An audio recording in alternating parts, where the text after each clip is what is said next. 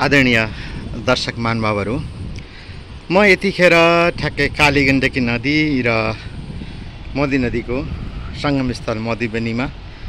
छु र तपाईँ तल जुन देख्नु भएको छ यो नृसिंहधाम। आज बालसन्त महाराजजीको आजसम्म यहाँ यज्ञ चलिरहेको थियो र सोही क्रममा म यहाँ आइपुगेको थिएँ र यहाँलाई खास यो प्राकृतिक एवं आध्यात्मिक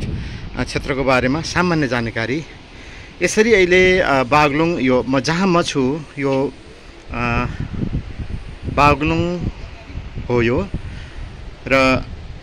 पारी जुन देख्नुभयो त्यो बजार कुशमा बजार हो र यो एउटा पुल यहाँ छ है र यो पारी चाहिँ पर्वत हो र अर्को पुल देख्नुभयो हजुरले त्यहाँ र त्यसपछि अब अर्को चाहिँ देख्नुभयो यहाँ। यसरी यो जुन पुल छ यसले बागलुङ र पर्वतलाई र कालीगण्डकी नदी र मोदी जुन नदी छन् उहाँहरू उसको जुन छ जुन कारणले जुन पहिला प्राकृतिक रूपमा जुन आउन जान टाढा हुन्थ्यो अहिले अत्यन्तै सुगम मात्र नभएर यो प्राकृतिक रूपमै अति नै